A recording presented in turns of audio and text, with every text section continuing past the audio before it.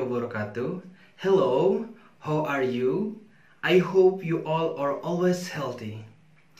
I'm very happy to be able to greet you through this video. Let's stay excited even though we are learning from home. Through this video, you will learn some topics about science.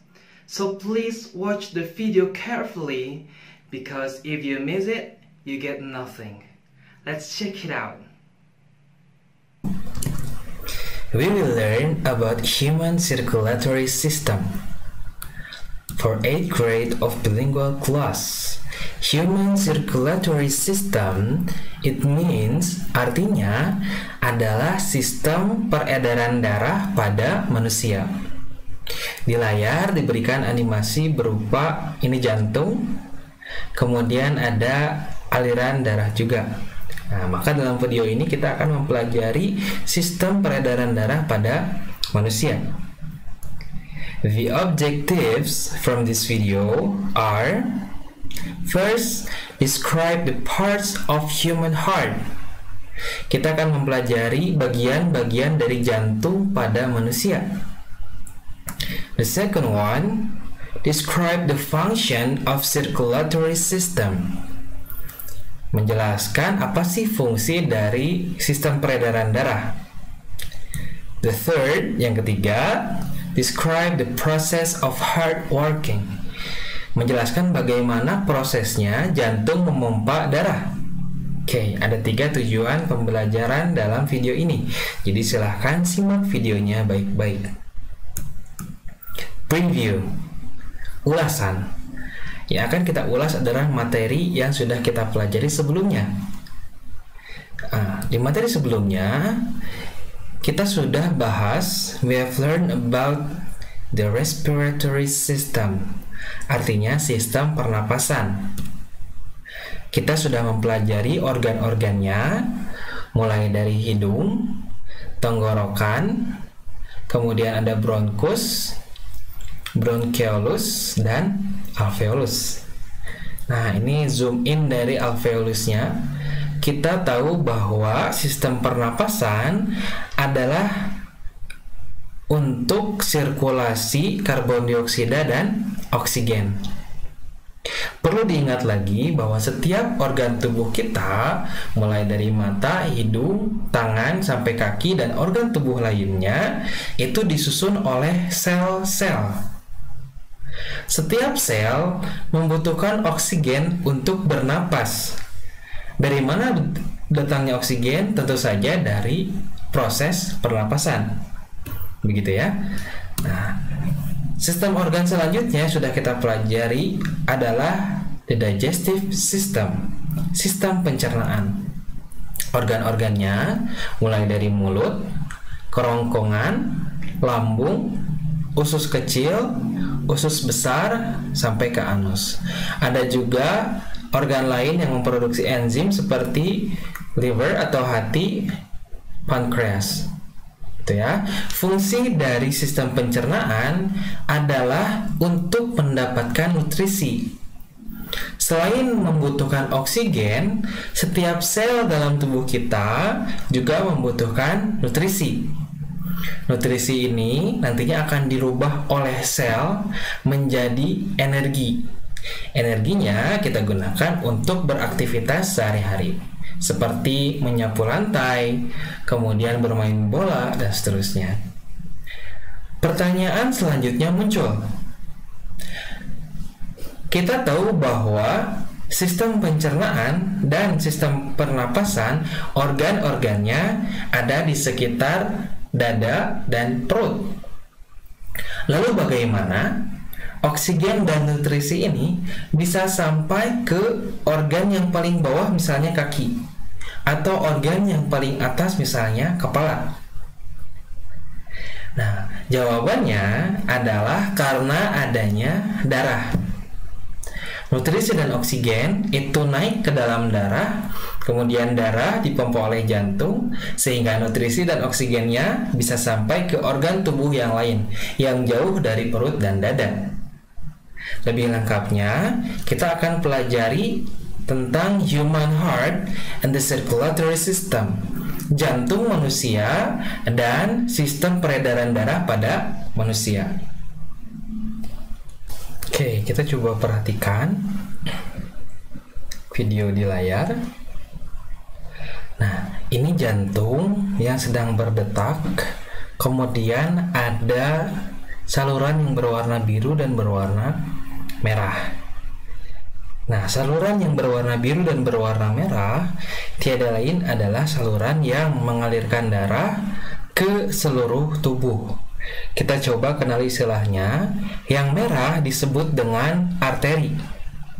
Nah, arteri adalah saluran yang menyalurkan darah yang memiliki oksigen dan nutrisi sebelum digunakan oleh sel. Sementara yang biru itu adalah veins atau vena. Vena adalah saluran yang digunakan untuk menyalurkan darah yang tidak memiliki oksigen dan nutrisi. Kenapa tidak memiliki oksigen dan nutrisi? Karena oksigen dan nutrisinya sudah digunakan oleh sel. Oke? Tidak mengandung oksigen dan nutrisi, tetapi mengandung karbon dioksida. Gitu ya. Dari mana karbon dioksida? Dari respirasi sel. Dari pernapasan sel. Sel menggunakan oksigen dan menghasilkan karbon dioksida. Karbon dioksida yang dihasilkan oleh sel itu harus dibuang. Oke. Nah, adapun ada yang disebut dengan kapileri. Kapileri itu seperti batas antara arteri dan vena, di tengah-tengahnya ada sel. Oke, jadi misalkan ini tadi arteri, dia punya oksigen dan nutrisi, masuk ke sel. Di sel oksigennya berubah jadi karbon dioksida, nutrisinya hilang. Kemudian mengalir lagi ke vena. Di vena darahnya tidak mengandung oksigen tetapi mengandung karbon dioksida. Jadi kapileri itu adalah antara arteri dan vena, gitu ya. Selanjutnya kita akan bahas bagian-bagian pada jantung. Seperti pada paru-paru, jantung itu punya dua bagian, jantung sebelah kanan dan sebelah kiri. Kalau kalian lihat di layar, sebelah kanan jantung adalah sebelah kiri layar.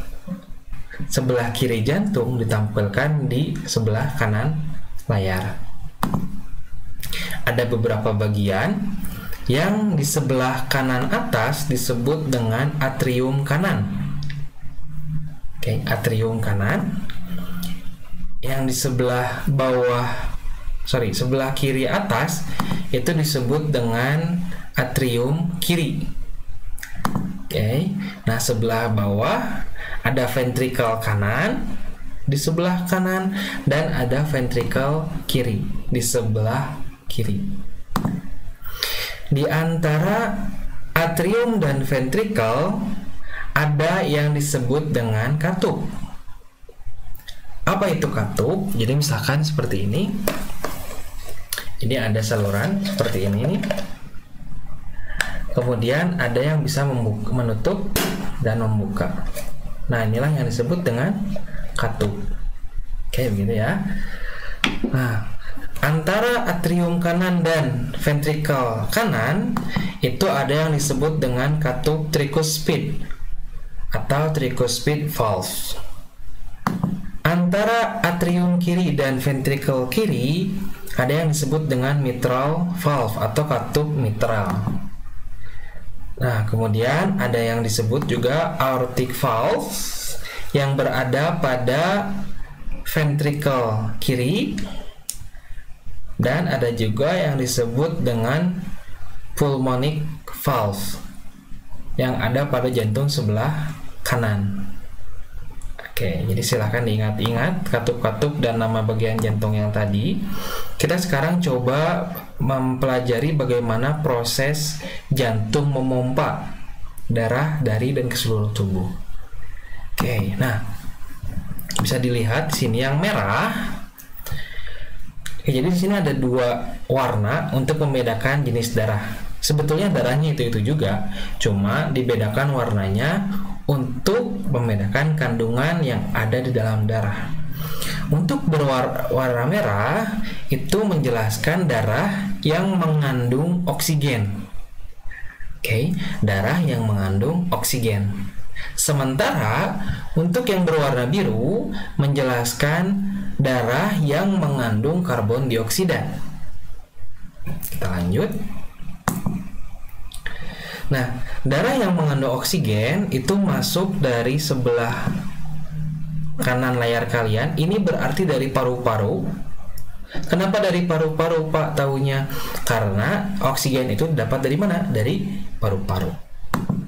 Kemudian darah ini masuk ke dalam, ingat tadi yang sebelah kiri atas disebut bagian apa? Nah, darah masuk ke atrium kiri. Dari atrium kiri, darah masuk ke ventricle kiri. Nah, darah yang sudah masuk ke jantung yang mengandung oksigen ini kemudian dipompa oleh jantung sebelah kiri, tepatnya oleh ventricle kiri, dipompa ke seluruh tubuh. Dipompa ke seluruh tubuh. Oke. Coba kita lihat, dipompa ke seluruh tubuh melalui katup yang tadi. Ini katup apa namanya? Coba silahkan diingat-ingat lagi. Oke, nah setelah dipompa, tentu saja darah yang mengandung oksigen dan nutrisi itu disalurkan ke setiap sel yang ada di dalam tubuh melalui saluran yang namanya arteri. Kemudian melewati kapilaris atau kapileri. Selanjutnya, oksigen dan nutrisi yang ada di dalam darah digunakan oleh sel untuk bernapas dan menghasilkan energi. Jadi nutrisinya hilang digunakan, sementara oksigennya berubah jadi karbon dioksida. Oke. Nah, setelah digunakan tadi oksigen dan karbon dioksidanya, oksigen dan nutrisinya, maka darah dipompa lagi kembali ke jantung melalui saluran yang bernama vena. Nah, kembali ke jantung melalui yang namanya atrium kanan. Coba lihat. Jadi kan tadi yang dari paru-paru masuk dari atrium kiri, kemudian ke ventricle kiri, dipompa ke seluruh tubuh, digunakan, kemudian kembali lagi ke jantung melalui atrium kanan. Dari atrium kanan, darah yang mengandung karbon dioksida masuk ke ventricle kanan, untuk selanjutnya dipompa kembali lagi ke paru-paru. Dipompa kembali lagi ke paru-paru. Kenapa harus dipompa kembali lagi ke paru-paru? Supaya karbon dioksida yang ada di dalam darah itu ditukar oleh oksigen. Oke, kalau sudah ditukar oleh oksigen, berarti darahnya akan mengandung oksigen ya. Kemudian darah yang mengandung oksigen kembali lagi ke tadi arteri sebelah kiri. Dari arteri sebelah kiri masuk ke ventricle kiri, dipompa lagi ke seluruh tubuh, kemudian kembali lagi ke jantung. Begitulah seterusnya proses jantung memompa darah yang mengandung oksigen dan nutrisi, kemudian menukarkan karbon dioksida yang ada di dalam darah melalui paru-paru. Baik, itulah tadi proses jantung memompa darah dari dan menuju jantung. Jadi darah itu keluar masuk jantung, gitu ya. Mudah-mudahan dapat dipahami penjelasan yang tadi. Kita coba berlatih. We have learned about the process of heart pumping, the process of heart working, and also we have learning about the human heart components. Next, we will exercise. Kita akan latihan untuk menguji pemahaman kita. Coba dari ketiga sistem organ ini, sistem pencernaan, sistem pernapasan, dan sistem peredaran darah, silahkan jelaskan hubungan antara ketiga sistem pada manusia ini. Please describe the relationship between human respiratory, circulatory, and digestive system for human life.